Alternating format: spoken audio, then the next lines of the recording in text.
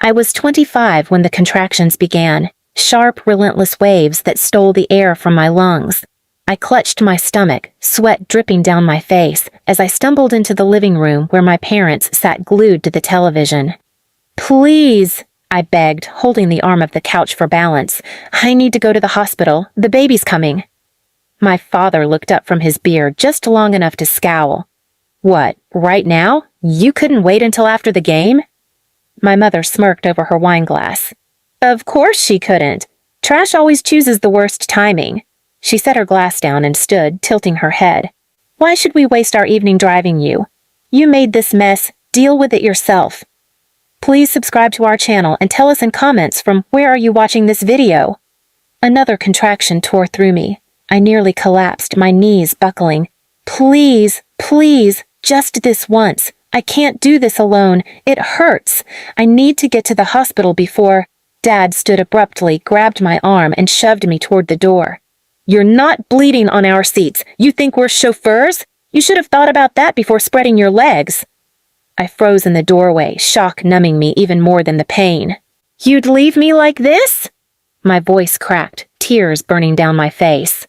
Mom's reply was ice cold. "We have better things to do." She slammed the door behind me. The night air hit my face, cold and merciless. I stumbled down the driveway, clutching my stomach, the world spinning around me. Streetlights blurred, each step heavier than the last. My phone had died hours earlier. No taxi, no friend to call.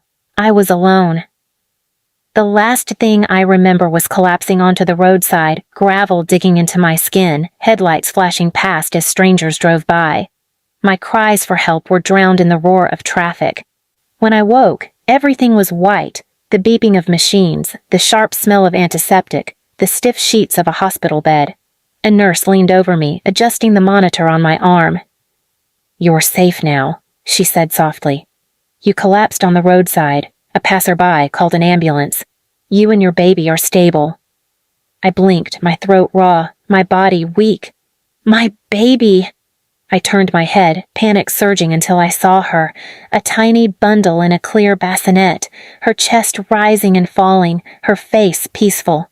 Relief crashed over me in a wave so strong I sobbed until my body shook. But underneath the relief was something else, something jagged, something that burned hotter than pain. My parents had left me to die, left their grandchild to die. And when I begged them with every ounce of strength I had, they looked me in the eye and said they had better things to do. As I lay in that hospital bed, holding my baby for the first time, I made a promise. They thought I was weak. They thought I would crawl back like always, begging for scraps of approval. But this time, I wasn't crawling. This time, I'd make sure they were the ones left begging. The weeks after the hospital felt like walking barefoot across glass. Every time I held my daughter, whom I named Hope, I felt two things at once: unshakable love and burning fury. Her tiny fingers wrapped around mine, her sleepy breaths against my chest, her eyes opening to meet mine as if I were her whole world. She had survived, and that was everything. But when I thought of how close I came to losing her, how I had begged at my parents' door only to be shoved onto the street while they laughed about better things to do, something inside me snapped. They never visited the hospital, not once. The nurses told me no one had called to check in, no family had asked. The ambulance driver, a stranger, had cared more about my life than the people who raised me. I recovered slowly. My body was weak, stitched and aching, but my mind refused to rest. Every night while Hope slept beside me, I replayed that moment. Dad's hand shoving me into the cold, Mom's smirk as she shut the door, their voices dripping with disdain. We had better things to do. They thought I would break, come crawling back with Hope in my arms, begging for help. But the more they starved me of care, the stronger my determination became. I started small. I accepted every ounce of kindness from strangers. A neighbor dropped off formula when she heard about my situation. I thanked her but tucked away the memory of Mom rolling her eyes when I once asked for milk. A kind nurse checked in on me, reminding me of what family was supposed to be. Each act of compassion reminded me exactly what my parents weren't. Meanwhile, they carried on with their pride parade. I overheard whispers in town when I went out for groceries, how my parents had been bragging about Jessica, my younger sister, landing a job interview, how they hosted poker nights and bridge clubs like nothing had happened. They never mentioned me, never mentioned Hope. It was like we didn't exist. But their silence wasn't protection. It was arrogance, and arrogance was always the first crack. One afternoon, I gathered enough strength to visit their house, not for reconciliation, but to look them in the eyes. I carried Hope in her stroller, her soft breaths steady as we reached the porch. Mom opened the door, surprise flickering across her face before her smile sharpened into cruelty. "Well," she said, arms crossed, "look who survived." Dad's voice rumbled from behind her. "Thought the hospital would teach you your place. Guess they'll save anyone these days." I kept my face blank, but inside, the rage roared. "Hope wanted to meet her grandparents," I said flatly. Mom leaned closer, peering at the sleeping baby. "Parasite looks just like you." Dad chuckled, shaking his head. "Let's hope she learns to be useful. Otherwise, she'll end up trash too." They thought their words could pierce me. They thought they could reduce me to the broken girl who once cried in their hallway, but I wasn't that girl anymore. I left without another word, but I promised myself it wouldn't end there. That night, as Hope stirred and I soothed her back to sleep, I realized something. Revenge didn't have to be loud at first. Revenge could be quiet, calculated, patient. I started documenting everything, their insults, their neglect, the way they pretended to the world that they were respectable, upstanding citizens, pillars of the community. I wrote down Mom's words, Dad's jabs. I saved receipts of every kindness given to me by strangers, proof that love and care could exist, but not from them. And then, the opportunity came like a gift. My parents had been chosen to host the neighborhood's annual dinner, a self-congratulatory gathering where they flaunted their perfect family. I overheard Mom bragging at the store, "Everyone will see how proud we are of Jessica. They'll see what success looks like."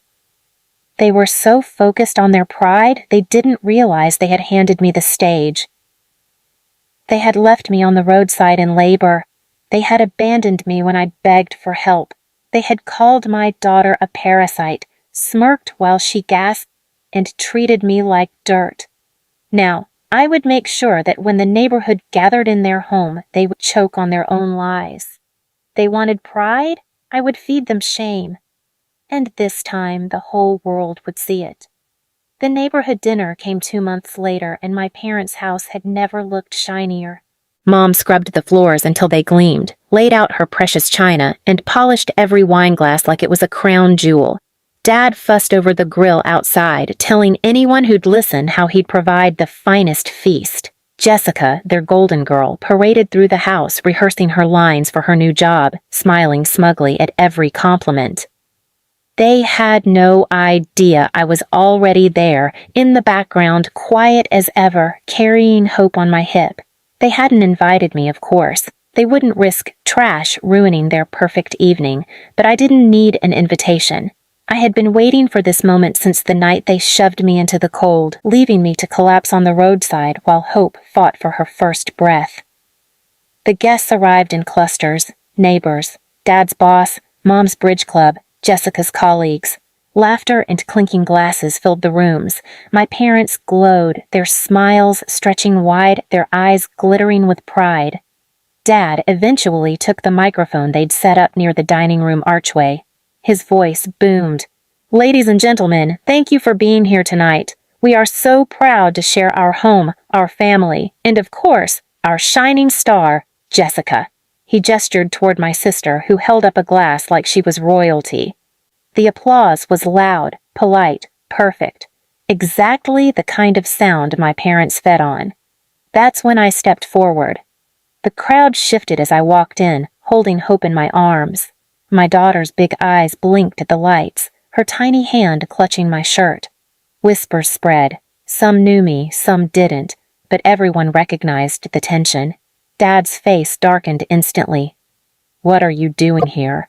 His voice was low, dangerous. Mom hissed, "This is not your night. Leave before you embarrass yourself." I didn't move. I didn't blink. Instead, I lifted the small tablet I had hidden in my bag, connected it to the projector they'd prepared for Jessica's slideshow, and pressed play. The room went quiet. On the screen flashed audio clips I had recorded. Mom's cold laugh. Better she dies now than later. One less parasite to feed. Gasps echoed through the hall. Heads turned sharply toward my mother, whose face drained of color. Then came Dad's voice, cruel and slurred. "You think we're chauffeurs? You should have thought of that before spreading your legs." The silence that followed was deafening. The words hung in the air like poison, undeniable and raw. "Is this some kind of trick?" Mom stammered, her voice cracking. "She's twisting it." But then the footage rolled again, louder, clear as day, their words against their own grandchild, against me. Guests covered their mouths. Dad's boss rose slowly from his chair, glaring at him. "So this is who you really are." The bridge club ladies shook their heads, muttering, "Monsters." Jessica's colleagues whispered to each other, some pulling out their phones, recording every second. Jessica stumbled forward, trying to salvage something. "This is all taken out of context. My parents didn't mean—" But I stepped in front of her, my voice steady and sharp. "They meant every word. The night I went into labor, I begged them to take me to the hospital." My father shoved me out the door. My mother told me they had better things to do. I collapsed on the roadside. A stranger saved me and my child, not them. Never them. I turned slightly, letting the room see Hope, healthy and alive in my arms. They called her a parasite. They laughed while she gasped. But she's here because strangers cared more than her own blood. The weight of my words crushed the room. People shifted uncomfortably, glaring at my parents. Dad's boss shook his head in disgust. "I don't ever want to see you in my shop again." Mom lunged for the projector, desperate, shrieking, "This isn't fair! She's making us look bad!" But it was too late. No one saw them as proud hosts anymore. No one saw Jessica as a shining star. They saw exactly what I wanted them to see, the truth. Neighbors whispered. Phones kept recording. Their perfect image, the mask they had built for years, cracked and fell apart in a single evening. "Dad shouted for order," Mom begged. Jessica cried, but their voices were drowned out by the murmurs of disgust spreading through the hall. They had wanted applause. They got shame. I adjusted Hope on my hip and stepped toward the door. My daughter leaned against me, her warm little breath steady, safe. As I walked out, I heard one guest mutter what I had been waiting for. "They're the parasites, not her, not that child." And in that moment, I smiled. They had left me on the roadside to die. Tonight, I left them in the dirt they created, begging for dignity, while the world watched and turned away. And I didn't look back. Please subscribe to our channel and tell us in comments from where are you watching this video.